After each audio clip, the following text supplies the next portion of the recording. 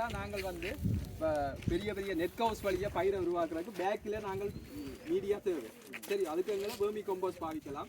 சில பேர் இப்போ கொக்கோ பீட், ஐயா சொன்னார் கொக்கோ பீட் வந்து அதை என்ன தென்னந்தும்பை இல்லை தென்னம்பொச்சை உடைச்சி போட்டு ஸ்டொப் பண்ணி போட்டு அதை கொக்கோ பீட்டு சொல்கிறோம். அதோட இதை கறிக்கினா உமி வந்து கருக சில பேர் என்ன செய்யணும்னா உமியை வந்து வெள்ளையா இறுக்கி விடுவிடும். அதை பாவிக்கணும்னா அதுல காபன் டை அளவு குறைவு. இது கறிக்கின உமி கருப்பா இருக்கு. இது கூட கறிக்கினா காணாது. இங்க கறி கொண்டு வருது பாருங்க.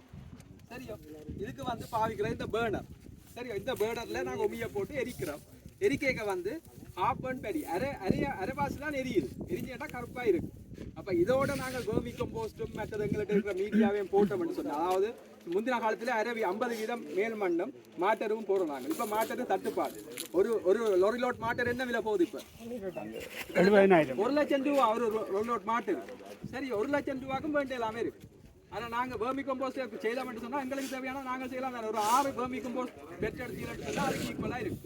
அப்ப அதையும் சேர்த்து போட்டோம்னு சொன்னா பயிர் வித்தியாசமா இருக்கு. இதுல வந்து நாங்க போடுற பசலைகள் கூடி இழுத்து வச்சிருக்கப்படும். சரியோ, அதான் வந்து நாங்கள் கறிக்கிறோம் சொல்றது.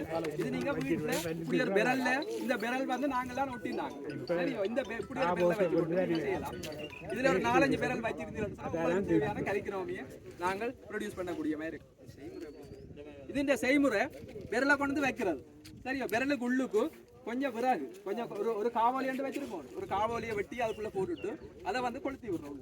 கொளுத்தி விட்டால் அது மேற்காவி ஓட்டத்தில் இதுல எல்லாம் துவாரம் இருக்கல்லோ, காத்து உள்ளுக்கு போய் வெளியில வந்து ஒன்று இருக்கு. அப்ப அதை எரிஞ்சு ஒன்று இருக்கு. அப்ப எரிஞ்சு அது தணல் வடிவத்துல இருக்கும். அந்த கதிர்ப்பு சக்தியால இந்த ஹீட் வந்து ஒன்று இருக்கு. ஆனா இதுல என்ன செய்யணும்னா இப்படியே நாங்க கொளுத்தி போட்டு போகக்கூடாது. இப்படியே கொளுத்தி நாலண்டைக்கு வந்து பார்த்தோம்னா என்னவா இருக்கும்?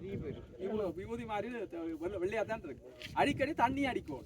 சரி, பைப்பால தண்ணி பிடிச்சு கொண்டிருந்தால் காத்தின் திசைக்கு எதிர் திசையில பிடிச்சு கொண்டிருந்தோம்னு சொன்னால் எங்களுக்கு எரிகிற வீதம் வந்து குறைஞ்சு கொண்டு போகும். குறையக்க எங்களுக்கு அரைவாசி தான் எரிவு நடக்கும். அப்ப அந்த கருப்பு நிலத்துக்கு வேற எங்களுக்கு கொஞ்ச நேரத்துல இப்ப இது பின்னேரம் ஒரு 4-6 மணிக்கு பிறகு இதை விரலை எடுத்து விட்டோம்னு சொன்னா தண்ணி அடிச்சு விடணும்னா இதெல்லாம் அப்படியே கருப்பாயிருக்கு.